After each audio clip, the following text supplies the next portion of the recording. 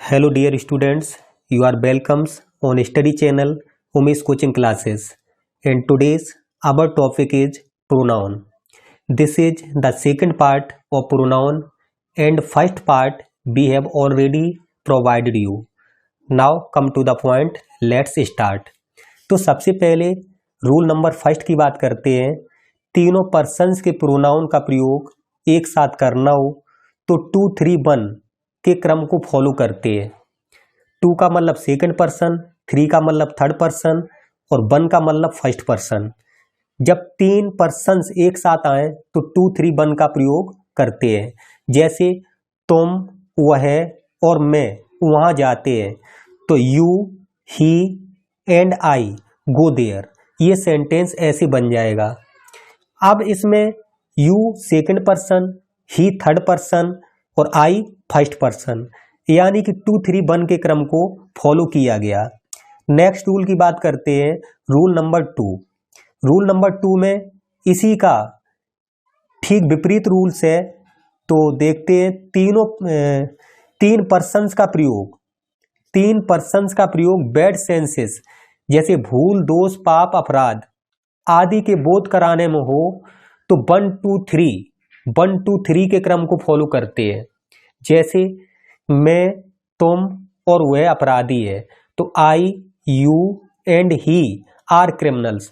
तो इस सेंटेंस में हमने देखा बैड सेंसेस में प्रयोग हुआ है, अर्थात भूल, दोष, पाप, अपराध।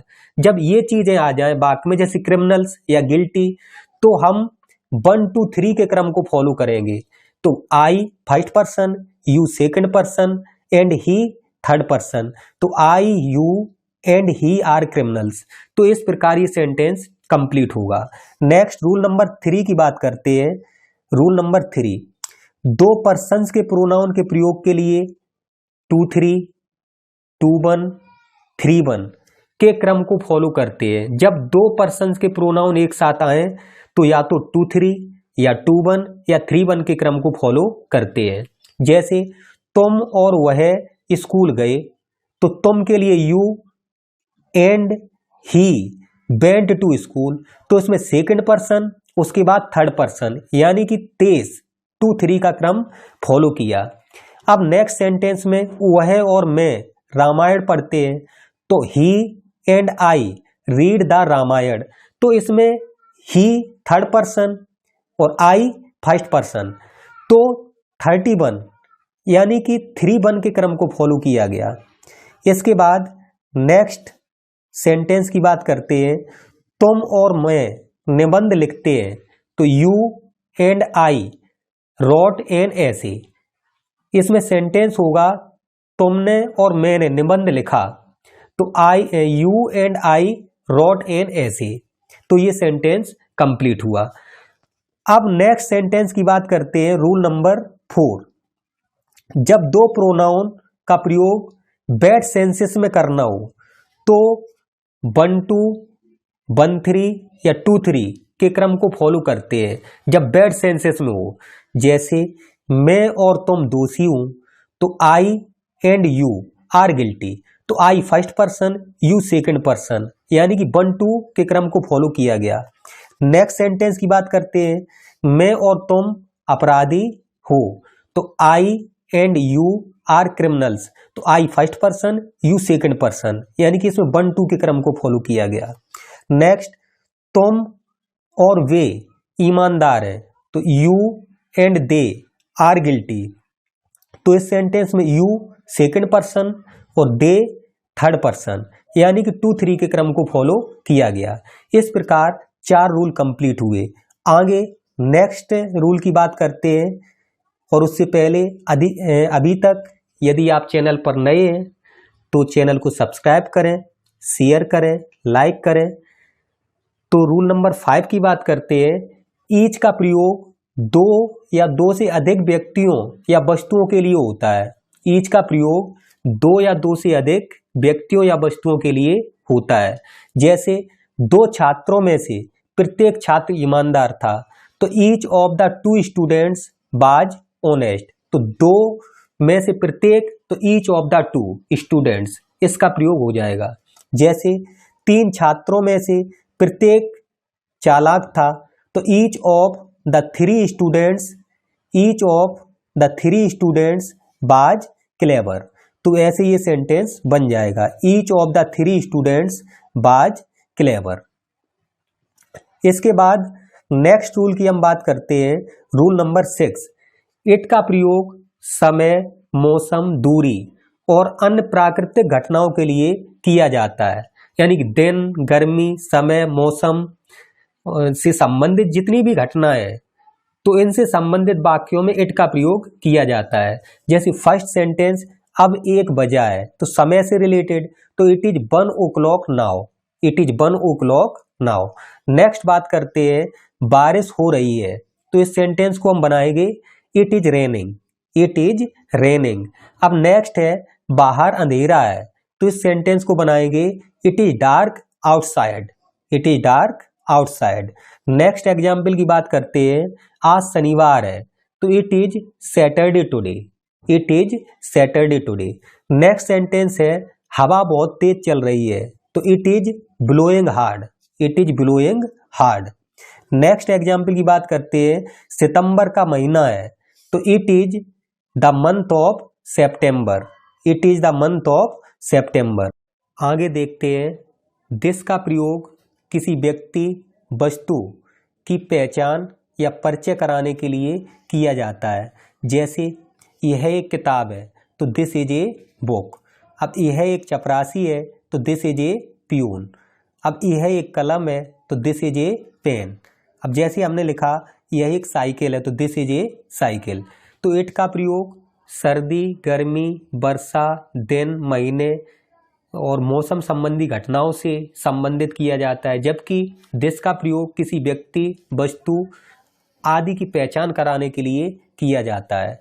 नेक्स्ट एग्जाम्पल, नेक्स्ट रूल की बात करते हैं, यदि किसी प्रोनाउन किसी समूहवाचक संज्ञा के स्थान पर प्रयोग किया गया है, तो उसका प्रयोग सिंगुलर नंबर में होगा।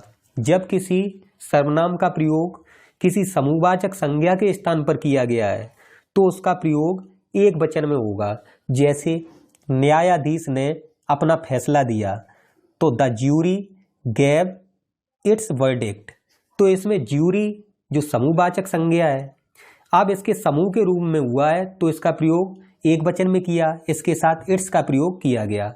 अब जैसे दूसरा एग्जाम्पल, बेड़ा या नाव अपने गंतव्य पर 1 सप्ताह में पहुंचेगा, तो the fleet will reach its destination in a week. तो इसमें इट्स का प्रयोग किया गया फ्लीट के साथ। नेक्स्ट देखते हैं, जब समूहवाचक संज्ञा अलग अलग व्यक्तियों का बोध हो, किसी समूहवाचक संज्ञा से अलग अलग व्यक्तियों का बोध हो, तो बहुवचन का सर्वनाम प्रयोग करते हैं। जैसे समिति ने अपनी सीट छोड़े बिना मामले को तय किया।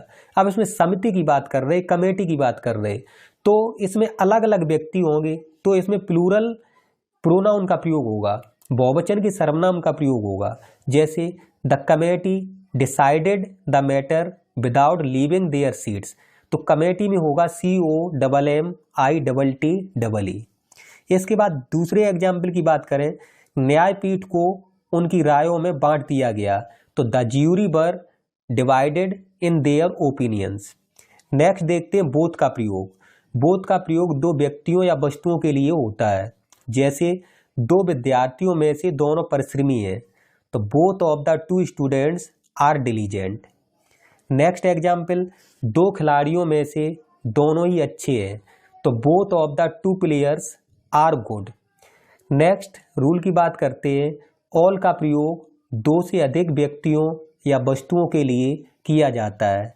जैसे एग्जाम्पल की बात करते हैं, तो 5 लड़कियों में से पांचों मेहनती हैं, तो all of the 5 girls are hard working. तो ऑल के साथ बहुवचन की वर्ब आई। अब नेक्स्ट रूल देखते हैं नाइदर का प्रयोग। तो नाइदर का प्रयोग दो में से कोई नहीं के लिए किया जाता है। नाइदर का प्रयोग दो में से कोई नहीं। जैसे दो कलमों में से कोई भी कलम अच्छी नहीं चलती है, तो neither of the two pens writes well. तो दो में से कोई भी नहीं के लिए नाइदर का प्रयोग। अब जैसे दूसरा एग्जाम्पल, दो विद्यार्थियों में से कोई भी विद्यार्थी ईमानदार नहीं है। तो neither of the two students is honest. Next rule की बात करते हैं। नन का प्रयोग दो या दो में से अधिक व्यक्तियों या वस्तुओं में से किसी के लिए नहीं होता है। तो एग्जाम्पल की बात करते हैं, जैसे 5 छात्रों में से कोई भी छात्र परिश्रमी नहीं है, तो none of the 5 students is diligent, यानी कि 5 में से कोई भी परिश्रमी नहीं है। जब 2 में से कोई नहीं तो नाइदर का प्रयोग, 2 से अधिक में से कोई नहीं, जैसे 5 में से कोई नहीं तो नन का प्रयोग। अब 2 में से कोई एक के लिए आइदर का प्रयोग, जैसे आइदर का प्रयोग 2 में से कोई एक के अर्थ में होता है। जैसे एग्जाम्पल, इन 2 भाइयों में से कोई एक होशियार है, तो either of the 2 brothers is intelligent. एक वचन संज्ञा के दोहराव यानी कि रिपीटिशन को रोकने के लिए दैट ऑफ का प्रयोग तथा बहुवचन के दोहराव को रोकने के लिए दोज ऑफ का प्रयोग करते हैं। जैसे एग्जाम्पल की बात करें, पुणे की जलवायु मुंबई की जलवायु से अधिक अच्छी है, तो the climate of Pune is better than that of Mumbai. तो इसमें जलवायु एक वचन है, इसलिए इसमें दैट ऑफ का प्रयोग किया गया। दूसरा एग्जाम्पल, अमेरिका की नदियाँ यूरोप की नदियों की अपेक्षा अधिक लंबी हैं, तो the rivers of America are longer than those of Europe. तो इसमें रिवर्स बहुवचन का है, इसलिए दोज ऑफ का प्रयोग किया गया। क्लाइमेट एक वचन का है, इसलिए दैट ऑफ का प्रयोग किया गया, क्योंकि दैट एक वचन में प्रयोग होता है और दोज बहुवचन में। उसी प्रकार दिस एक वचन में प्रयोग होता है और दीज बहुवचन में। नेक्स्ट देखते हैं एवरीबडी। नेक्स्ट रूल है everybody, somebody, anybody, nobody, everyone, someone, anyone, none के लिए एक वचन का सर्वनाम प्रयोग होता है। जैसे प्रत्येक व्यक्ति को अपने देश से प्रेम करना चाहिए, everybody should love his country, तो एवरीबडी के साथ हिज का प्रयोग। प्रत्येक वस्तु की अपनी सीमाएं होती हैं, तो everything has its own limitation, तो एवरीथिंग के साथ इट्स का प्रयोग। नेक्स्ट देखते हैं रिलेटिव प्रोनाउन को उसके पूर्ववर्ती यानी कि एंटेसिडेंट के निकट रखना चाहिए। जैसे yesterday I met an old man who had a long beard, तो इस सेंटेंस में हमने देखा कि मैन के बाद हु का प्रयोग हुआ, यानी कि पूर्ववर्ती को उसके निकट रखना चाहिए। दूसरा है this is the man who helped your brother yesterday. Next the student who waste their time do not get success. Next बात करते हैं नन का प्रयोग। नन का प्रयोग वाक्य के भाव के अनुसार एक वचन तथा बहुवचन दोनों अवस्थाओं में होता है, तो there was none for you. दूसरा एग्जाम्पल देखें, there was none in the market, तो इसका बहुवचन में प्रयोग हुआ और उसका एक वचन में। Next example rule, such same as के साथ एज का प्रयोग किया जाता है। जैसे my problem is the same as your, मेरी समस्या वैसी है जैसी तुम्हारी। दूसरा example, avoid such people as waste their time, ऐसे लोगों से दूर रहो जो अपना समय बर्बाद करते हो।